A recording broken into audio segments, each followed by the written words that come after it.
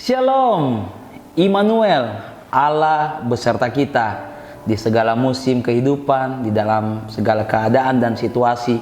Kita percaya bahwa Allah yang kita sembah, Allah yang tidak pernah berubah, dulu, sekarang, sampai selama-lamanya. Dan di Sermon Today hari ini, saya mengangkat tema kasih yang tersembunyi.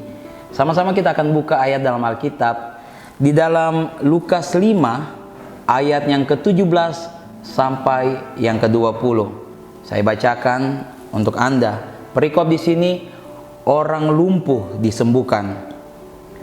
Pada suatu hari ketika Yesus mengajar, ada beberapa orang Farisi dan ahli Taurat duduk mendengarkannya. Mereka datang dari semua desa di Galilea dan Yudea dan dari Yerusalem.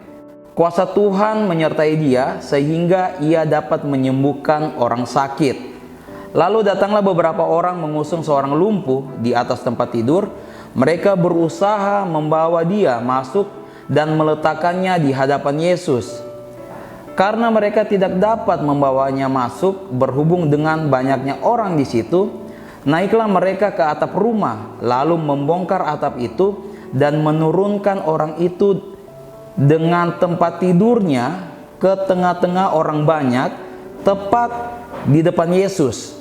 Ayat yang ke-20, ketika Yesus melihat iman mereka, berkatalah ia, "Hai saudara, dosamu sudah diampuni."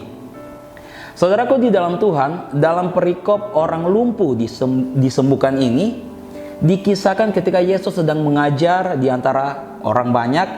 Kemudian di sela-sela Yesus mengajar, ada suatu peristiwa di mana Yesus mengadakan mujizat kesembuhan kepada seorang yang lumpuh.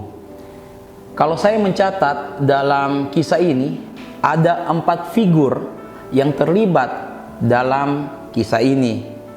Yang pertama, Yesus sebagai pembuat mujizat. Yang kedua, ahli Taurat dan orang Farisi. Di sini saya membuat mereka menjadi satu kategori, yaitu kaum oposisi dari setiap pelayanan Yesus selama di dunia. Dan yang ketiga, orang lumpuh yang mengharapkan kesembuhan.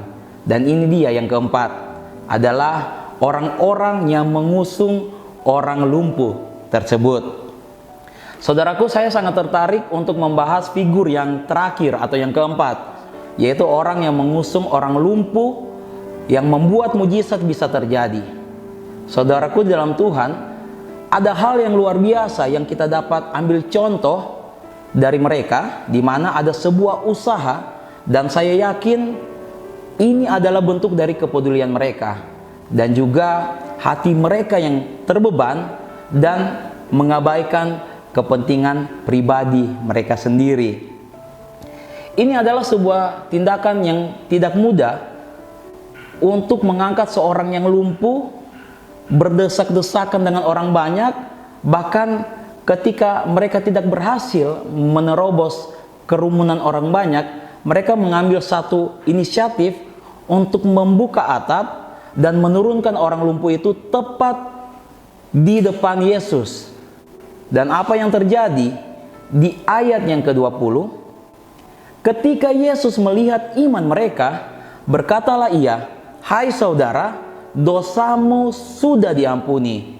Dan seketika itu orang lumpuh itu sembuh. Saudaraku, di sini sangat jelas bahwa Yesus sangat memperhitungkan bukan hanya iman dari orang lumpuh tersebut, tetapi juga iman dari orang-orang yang mau membantunya untuk sampai kepada Yesus. Pertanyaannya saat ini, apakah kita sudah memiliki kasih seperti figur yang keempat ini? Orang-orang yang membantu orang lumpuh tersebut untuk bertemu dengan Yesus. Saya mau katakan di sini,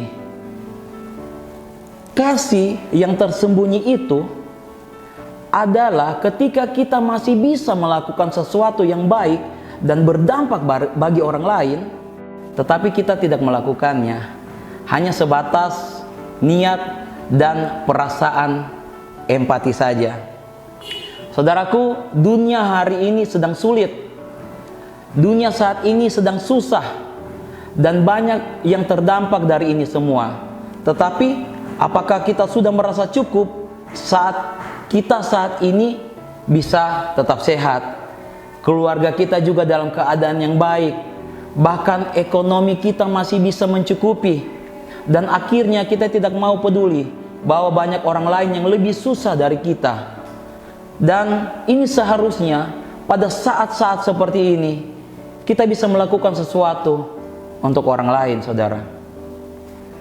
Kita bisa menjadi jawaban bagi orang lain lewat kepedulian kita. Mungkin Anda saat ini menjaga dengan baik gaya hidup Anda dan tidak banyak beraktivitas di luar rumah. Tapi saya mau katakan, kita bisa tetap membagikan kasih lewat membantu pelayanan di gereja, open donasi bantuan kemanusiaan, dan layanan-layanan sosial lewat berkat-berkat yang Tuhan izinkan kepada saudara. Atau yang paling sederhana, apakah kita sudah bisa memberikan support saat ada saudara kita yang sakit, walaupun itu hanya lewat kata-kata yang untuk membangkitkan semangat, atau dalam bantuan doa. Saudaraku di dalam Tuhan, dunia butuh kasih yang nampak hari ini. Dan mau tidak mau, saya dan saudara adalah jawabannya. Jangan sampai kepedulian kita hanya sebatas di perasaan kasihan atau niat saja. Marilah kita memiliki kasih seperti orang-orang yang membantu orang lumpuh tadi, sehingga mereka bisa membawa orang bertemu dengan Yesus, dan orang lumpuh itu dapat mengalami mujizat yang nyata. Catatan penting untuk kita hari-hari ini, ketika ada saudara, teman atau sahabat kita yang terpapar virus COVID-19,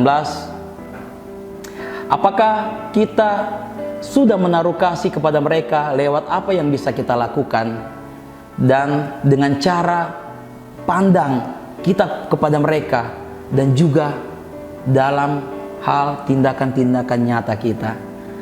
Terakhir dari renungan saya hari ini, saya mau katakan kepada kita semua, kasih itu akan menjadi mudah dan tidak menyulitkan ketika kita lakukan dengan niat dan ketulusan, karena kita cinta kepada Tuhan dan kepada sesama kita. Amin. Untuk renungan firman Tuhan di Sermon Today hari ini, mari kita satu dalam doa. Terima kasih Bapa di surga untuk kesempatan yang Tuhan berikan. Setiap hari adalah mujizat bagi kami. Tuhan memberikan kami kesempatan untuk hidup, untuk tetap mensyukuri apa yang Tuhan sudah kerjakan dalam kehidupan kami dan berdampak bagi orang-orang di sekitar kami. Ajar kami untuk memiliki kasih kepada Tuhan dengan sungguh-sungguh, dan kasih kepada sesama kami dengan ketulusan. Kami bisa membantu orang lain lewat hati yang Tuhan berikan pada kami. Bapa di surga, berkati semua orang yang menyaksikan tayangan ini dalam apapun keadaan mereka. Tuhan tidak pernah lepas dari kami. Tuhan akan selalu berada dengan kami. Kami bersyukur untuk hari ini Bapa. Ajarlah kami setiap hari dalam kehidupan kami. Kami selalu meningkatkan iman kepercayaan kami lewat apa yang Tuhan sudah kerjakan bagi kehidupan kami, keluarga kami, bangsa dan negara kami, dan seluruh orang yang terdampak dari keadaan saat ini. Terima kasih Bapa di surga. Ini menjadi doa ucapan syukur kami. Dalam nama Tuhan Yesus, haleluya. Amin.